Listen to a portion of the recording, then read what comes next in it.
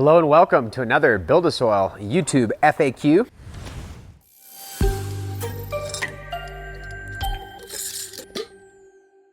Today we've got FAQ 9 for Season 5, and we're about to finally wrap up Season 5 with the yield report video and all that, so look for that video. Maybe it come out before, I'm not sure how Dean's gonna organize it, but we're basically wrapping up Season 5. So FAQ 9, those of you that have seen our FAQs, you know how we do it without looking. The staff prints it, gives it to me, I turn on the camera, and then I read the questions from the first time and I answer them from the top, and I do my best. So let's jump in. Antonio says, I've watched over 10 how to make super soil videos and they all use bone meal and blood meal. What's your reasoning for not using them? Man, this is a great question, Antonio. So super soil is a very specific term, and that's probably why you're seeing that. A lot of people did, you know, there's different words we always use throughout evolutions within a hobby or something that we're enthusiasts about, and it's so that we can talk specifically. And super soil was designated for TGA Subcool's super soil. And when I first started growing, I remember reading about super soil, and I also read about like the rev and layering and spikes and all these different things. And I was so new, I was really open to reading about these things and learning. And I remember going to my grow store saying, why don't you have all these organic amendments? I want to make super soil. Once you make it, you just water and you get the best herb.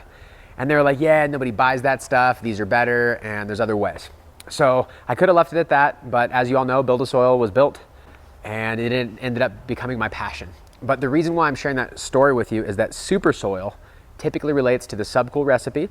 And if you think back in time to when this recipe is being shared, we're deep in Prohibition, and if you are somewhere in the country, let's say East Coast to West Coast, you could discuss how to grow like the Lucas formula or other hydroponic methods duplicatively the same from coast to coast. You could say, what's your ppm, what's your EC, what kind of reservoir, like how many gallons, are you using deep water culture, are you using undercurrent, like what's your setup? Once you've dialed that in, you could figure out the lighting that you're using, the intensity, and you could figure out what type of nutrients to use, and you could maximize that no matter what, because you weren't dealing with differences in soil. And so now if we compare soil, you're in East Coast, West Coast, and you're trying to share it with your buddy, you might say, hey, go get some compost, water it. Well, his water might be on a well, your water might be tap water. His compost locally might be terrible or really high in potassium and sodium. Yours might be really good. And so then all of a sudden there's these differences that make it harder to share. So when the super soil recipe came out, it was a laundry list of ingredients that you could go to a local like gardening store and probably load up on. So you'd use a base recipe soil. And so to me, this was comparative to essentially following like, I don't know, a 7-layer dip recipe for Super Bowl or something like that. And you'd go buy bagged chips and bagged beans and salsa and all these ingredients that you could get at any grocery store. You could share with a friend, they could make the same dip, and everybody's happy. Alternatively, making the BuildASoil style soil, making living soil, using soil testing was more like making the chips from scratch, the salsa from scratch, and then making the 7-layer dip. And so right away, when we learned about super soil, we learned that there was bone meal, blood meal, guano, mycorrhizae, like really everything on the list that was heady, that was at the local shop. So now you could go anywhere in the country, you could buy a similar soil. A lot of times people used Roots Organics, but you could really use other stuff. Back then, a lot of people using Black Gold, you'd mix, you know, or Happy Frog, Ocean Forest, mix the two together. And a lot of it did work. And so what would happen is you'd mix all this stuff together on a tarp and you'd have a super hot soil. That super hot soil you would put at the bottom of your container. You'd put fresh potting soil without all of the mixing into it on top. The idea was you put a nice young plant in there, it grows in the really regular soil and it's happy. When its roots hit the super soil, it can pull that food and it doesn't have to be forced to live in it, it can decide on its own. And so on the forums, we were discussing all of this, and a lot of people said, you know, the forest floor, it's up above on the surface of the soil where all the nutrients are. The animals die, the leaves fall, the worms work, the fungus, all of that's on the surface, the top layer. You don't have all of that nutrition way deep at the bottom of the roots. And so many of us experimented with flipping that. And we didn't put a super soil on top. What we did is we just planted into a balanced living soil, like a Coots recipe. And then as we needed to, we would top dress from the top. The feeder roots would digest and break that down with the worms. And I gotta tell you, it worked really, really well. The thing is, super soil worked too. Difference being that not all plants like the super soil, and you might load it up a little bit too hot, and there can be some issues. To address your point, now that you have the whole story, and you know why we try and make everything from scratch instead of using bagged soil and garden store, like blended amendments, BuildASoil really focused on single ingredients, finding the kelp, finding the crustacean, finding all of these individually so we could verify quality, getting good compost, mixing everything together from scratch. And when you have the choice of doing that, it became an understanding of what built good soil. And so from the blood meal, we were looking for quick nitrogen release. From the bone meal, you're looking for high calcium and phosphorus. And so you could actually use those. It's really not a problem. The main thing that I've learned is that when it comes to blood meal, single ingredient, I've used it in the past. I've had animals get into it. And then I found out though, that blood meal and that bone meal, it says organic gardening, the whole deal, OMRI listed. None of those materials come from organic farms. And so you're actually getting the worst slaughterhouse waste from the big conglomerates that are probably feeding GMO waste and or GMO inputs. And so let's say they're feeding them GMO corn. Well, now you have hundreds of acres of corn being grown to basically poorly treat animals and then feed the Roundup into them through this GMO source. And then their bones and blood are then used and sold to organic gardeners because they're approved for organic use. It doesn't mean they're organic. And so we have our Cow 24, which is from the whey of the milk of grass-fed cattle. And that whey has calcium and phosphorus in similar levels to the bones. And so we can use that to supplement. From a blood meal perspective, I'm not trying to make a super hot soil. In fact, people did try to bag super soil and offer it on the market, but it would get so funky and nasty, it would ruin plants, and it's hard to stabilize because it's so much organic matter. We've had similar challenges like 3.0 soil in the heat of summer in a bag without enough holes in the center of a pallet. It can start to raise a nitrogen, it can go anaerobic. So we've learned a lot, we've gotten better at this, but if you can just avoid the blood meal, now we have like really nice amino acids like the pure protein dry or a soy protein hydrolysate or a liquid fish, and now you can supplement that nitrogen so that you can run long flowering narrow leaf varieties, you can run the short bushy ones, plants that take more or less, and you don't have to make a super soil that is just too much for everything. I feel like less is more. Bone meal, calcium and phosphorus are very, very important, but what we've done is we use fish bone meal. The reason why is it's from a managed population of wild-caught fish, same way we get the organic gem, as opposed to getting the bone from the mistreated cattle. Now, there's some blending that occurs, like I'm not gonna go to a salmon farm to try and get fish inputs, and there are some fish fertilizers that are made from those farmed waste, and those are just atrocious in my opinion. And so always do your research. I feel like a lot of this organic stuff is slightly hypocritical because we're trying to choose the least worst option. And so if you've got bone meal and blood meal, you can use it. But I want you to know why we don't use it. And I did not intend the first question out of like 20 to go so long. But man, it's a grenade. Like there's a lot in there as far as why not bone meal, why blood meal, why super soil, all of this. So hopefully that really answers your question and a lot of other people. You can also go to BuildASoil. If you go to education and blog or go to the bottom and find our blog link, there is a free report you can download that talks about the pros and cons of lots of ingredients and why we don't use them or why we do use them. So look for that.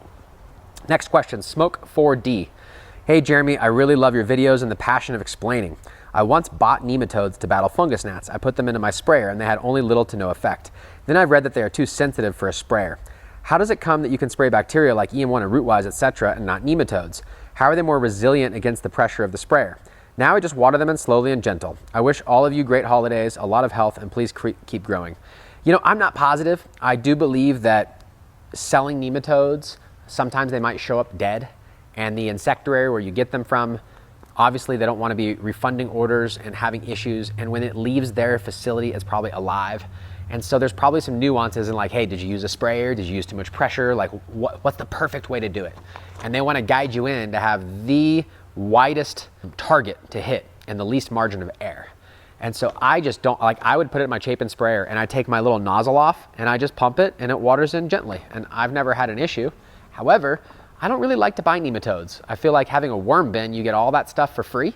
Buying a quality casting like Colorado Worm Company, you get that stuff for free. it is what it is. You can definitely buy them. They absolutely do help in a prevention manner, especially for keeping soil for a long time. So we do offer beneficials, people use them.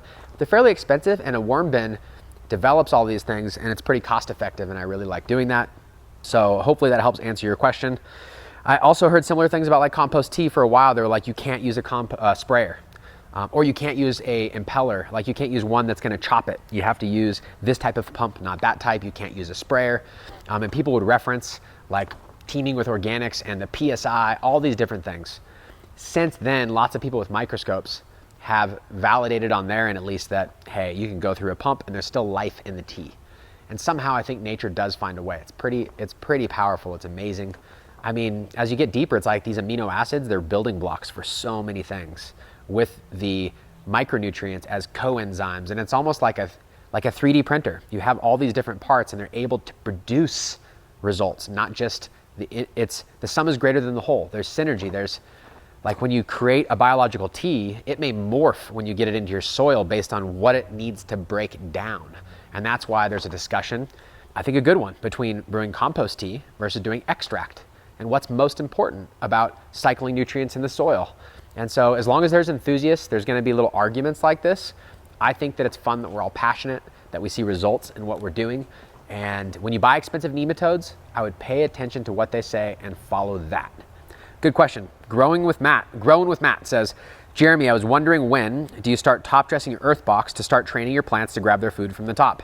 This is a good question. You can do it day one, meaning let's say you have a clone and you put it in your earth box. You can then sprinkle your top dressing and then you can put your cover on. And because it's just on top and you're not watering through it every day, it's just gonna remain there. It's not gonna cause a problem for the plant. It's not gonna overload it. And as the plant gets bigger, starts drinking from the clean water down below, it'll be able to have two separate locations. The earlier question, the first one, we talked about super soil, how a lot of people had a light soil with a heavy soil on the bottom. Earthbox does this right. There is clean, pure water down in the bottom. And what's so neat is the plant can get its water roots in there, just like in a forest where it has access to water down deep, maybe underground water. It can now drink all the water it needs without any nutrient in solution. So it can just drink the water and grow healthy. But if it needs food, it can have its feeder roots breaking that down. When you don't have the clean water from sub-irrigation and all the water is full of the food, it's possible that you can overdo it, or the plant has to, with every drop of water, bring in nutrients. And so when you get a dry down, the amount of nutrient in the water, in the soil, goes up, and you can get burnt tips a little bit. Where in an earth box, it has that clean water and the food's separate, and so it makes a big, big difference. As far as timing goes, I certainly would do it before I go into flower, because the plants explode with growth and I like to have it there. But you mentioned training, and so if I had it my way, when I plant the clone, I would do the top dress and I would cover it. Then the feeder roots would start to break that down as the plant gets bigger.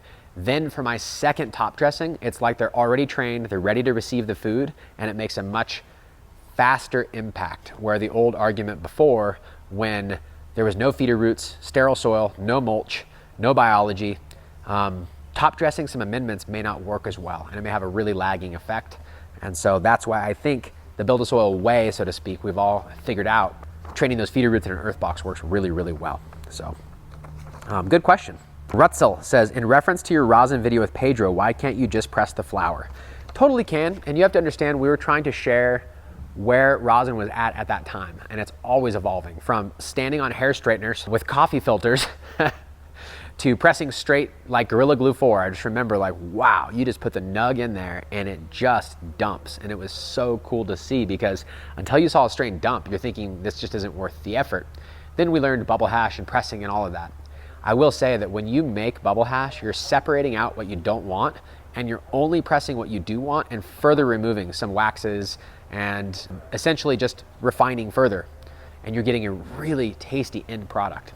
When you do flowers, there's a little bit of moisture, not fresh, but when they're dried nugs, you have to have a little bit of moisture. It has to be a greasy nug. Not all of them will produce, because you got to imagine the press plate size is only so big. You can fit a lot of hash under there and dump, but you can only fit so much flour while keeping the pressure even, where it can evacuate the actual pouch. So you don't have to use a filter. You can use filters and cram flour in it. Some people, when they have a little press, they just put it right in the parchment with no filter, and hopefully the flour stays in place and the oil comes off the side.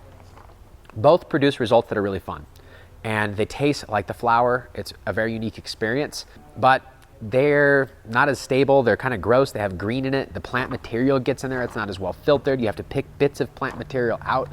So for any larger production where you want to like put some dabs away for a while, it makes so much sense to just wash into bubble hash. So now you've taken all the green plant material off, you've concentrated it, so now you have less pressing.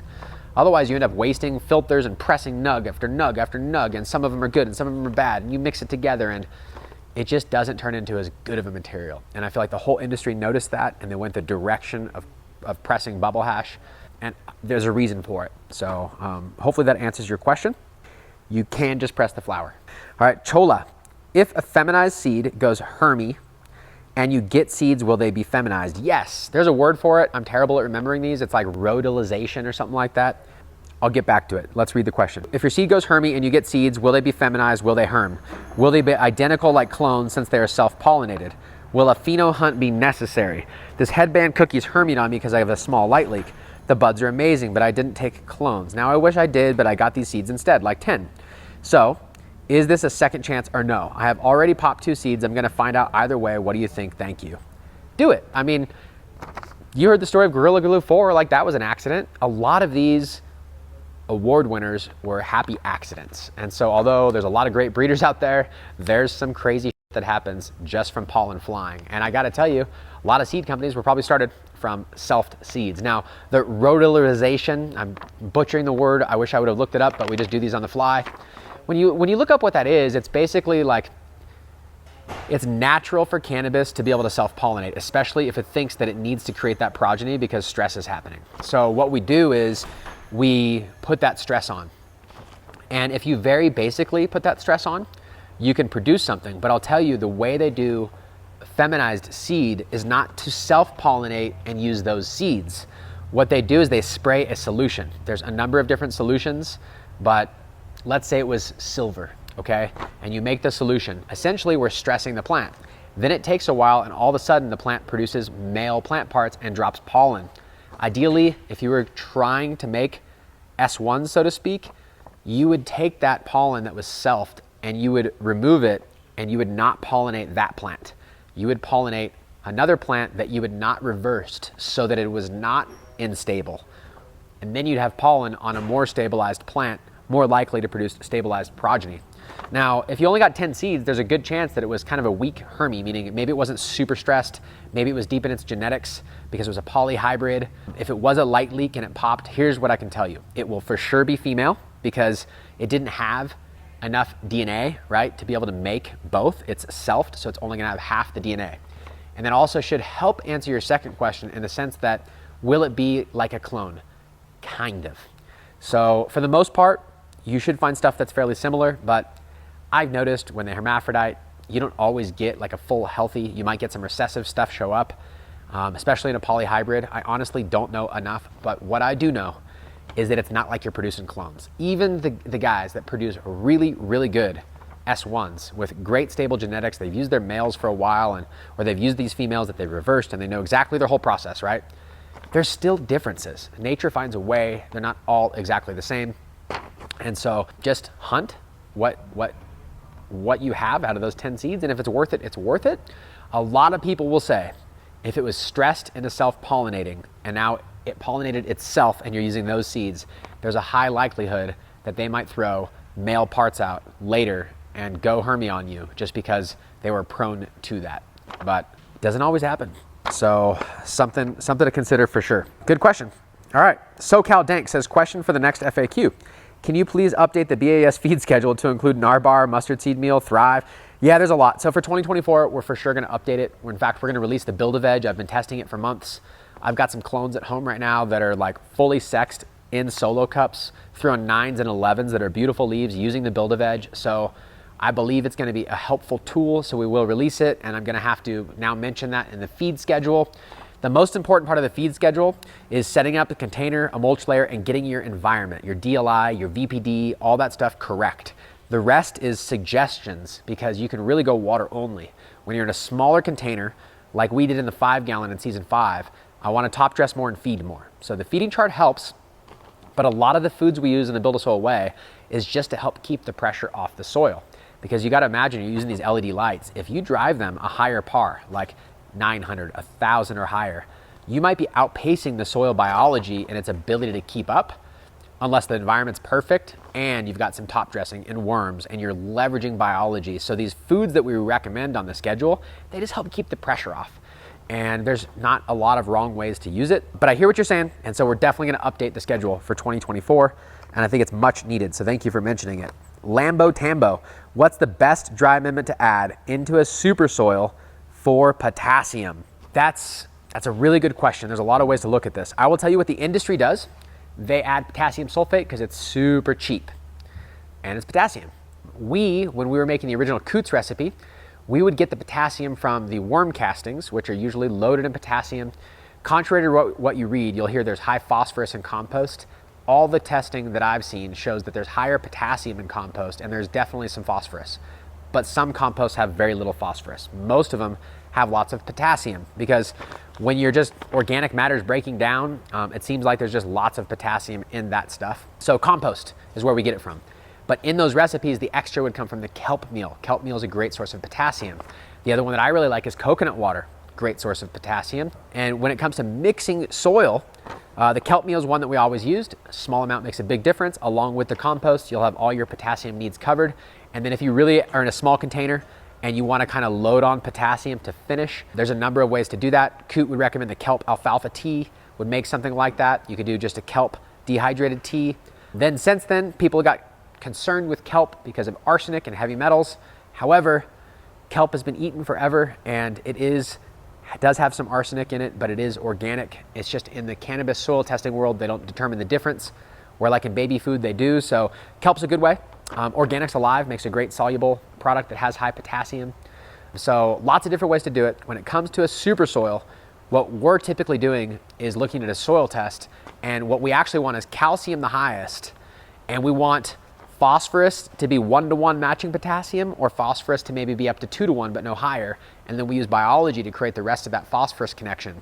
But all the soil testing we've done with a decent amount of compost has never shown that potassium is too low. Usually it's always right in the range, and I gotta say, one of the things that improved our soils was trying to keep that lower. When you see a saturated paste test on soil and you see sodium and potassium as the highest ones and not calcium, it takes a while to get that soil comfortable for plants.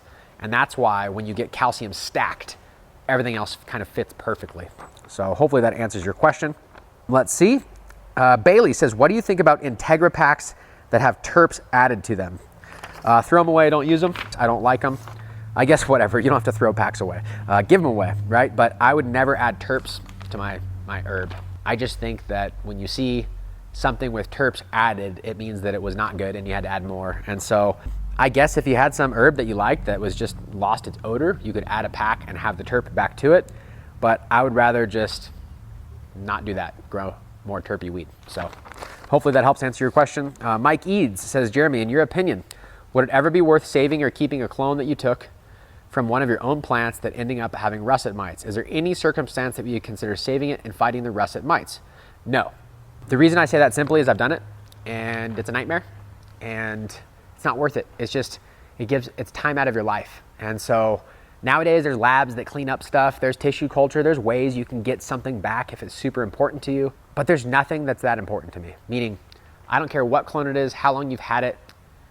I get that there's business, right? So if it's a washer and you're doing it this certain way, but like, I'd rather get rid of it, find something else. Just find something else, find something similar, find that profile you're looking for. So if you like fuel, find something with that fuel. And you'll have a lot more fun doing that, spending that 6 months or so looking for something, than just waiting for the other foot to drop, that you shared russet mites with someone, that it got onto your plant, even though you think you got rid of it completely. I will say people have taken a clone from a plant, treated it with sulfur, done everything right, and said that they've completely gotten rid of it. To me, it wouldn't be worth it. I would completely ditch it, burn it, whatever you gotta do. There's just some things that are too scary to fuck with, and that's one of them for sure. Demo says, I'm looking into switching to some no-till living soil beds. I really want to, but I have to dry in the same rooms the beds would be in. Can I still make the switch, or would it be detrimental for the soil beds to the same room as 60 degrees, 60 humidity? Man, I think it's great. So a couple concerns, right? I have dried many times above the soil that I grew the plants in. I just turn the lights off, hack the plants, literally on those green scrog screens we used to offer. We've got some over here, but you would hack the stalk, flip the whole green screen over and hang it on the ceiling. And your buds would be hanging above the soil. Now you'd have airflow, but not pointed toward the soil, pointed up towards the tent. And so you'd have none of the soil touching any of the herb. I've even put boxes down on top of it. But one thing to consider, in a dry environment like we're in, if you're not worried about the biology of the soil somehow migrating to the cannabis, which in my experience, like for a commercial facility, I would say it's a total no-no. Like you don't want to put your herb above your soil and dry it. But for a home grower, you could just put a tarp down, or you could just leave the soil and do not disturb it. Hang your plants, have your straw there or whatever, and don't touch it. But when you have that straw and you have that soil and your plants are hanging above it, it's very easy to keep the humidity to 60% in that tent because there's a battery of soil that has moisture in it. So it can be a good thing, it can be a bad thing. My main concern from like a commercial perspective would be the biology. From a home grower perspective, 60 degrees, 60% humidity, dry that. When you're done, pull the herb out, tub it up, trim it, whatever you gotta do, fire your lights back up, warm the soil back up, not a big deal. 60 degrees, no problem. So your soil will have no issue. Raw veggies. Says, I swear I read somewhere that you can use alfalfa hay as mulch. Can anybody clear it up for me? Any better suggestions on what to use for mulch? Of course you can. Alfalfa hay is great. Tying sapin in, it's nutrient dense, it's a really good material. So if you read the Ruth Stout, No Work Gardening, she's got great books, you can find them used, you can find her stuff online. She would use anything to cover the soil, old rotting alfalfa, whatever. And she would have similar people write in to her gardening journal and say, I heard you can't do this, it robs nitrogen. I heard you can't use these wood chips, they're allelopathic and they're gonna kill your garden. She basically wrote back and said, you can use anything you want as long as you don't mix it into the soil. When it's on top, it's not a problem. And I really do feel the same way. Now, if you just loaded down some young green alfalfa hay all over the top and it's bright green, it might decompose faster because of its higher nitrogen and it might get a little bit funky, but for the most part, it's pretty woody. And it's gonna sit there and it's gonna act as mulch and the worms are gonna break it down and it's gonna turn into plant food for you. So I think you can use whatever you want. What I would be worried about is getting like Roundup sprayed crops or crops that have pests in them or something like that. But alfalfa wouldn't be on the top of my concern list. It grows so easily and most people that are feeding their horses with it, it just grows out there in the field and just gets baled up. So if you had some straw and it was good, some hay and it was good, I would have no concern using that as a mulch. Seymour, why do buds turn brown after they've dried?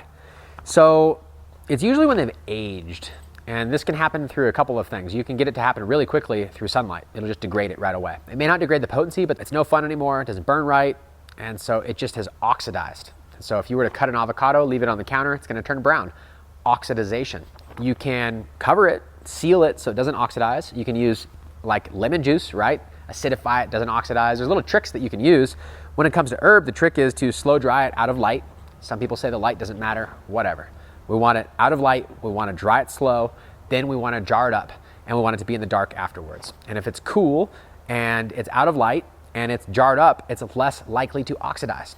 That's also why I say I want my jars full. I don't want big jars half full with lots of air in there. And then in that case, usually it lasts a pretty good amount of time without turning brown. Older herb, if you pull it out after a year, will be more golden and you're gonna get that conversion, that degradation, and it's gonna be more sedative, more sleepy, more CBN, less THC.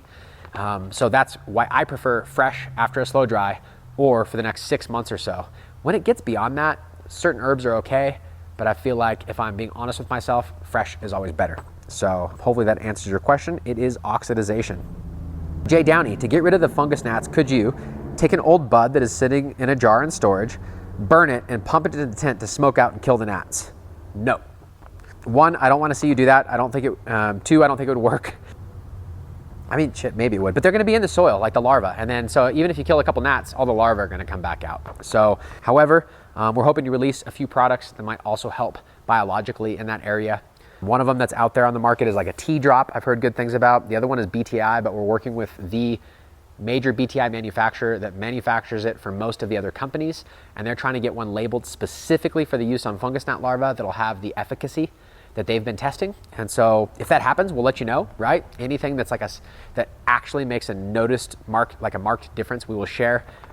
Watering practices has been the absolute best. Sticky traps, watering practices, all of that stuff. But I don't know the answer to if smoking it would do anything. Mr. Trichomes. Hey Jeremy, great episode as always. Question, I'm in the 3rd week of flower and one of the 6 plants looks to be a true hermaphrodite.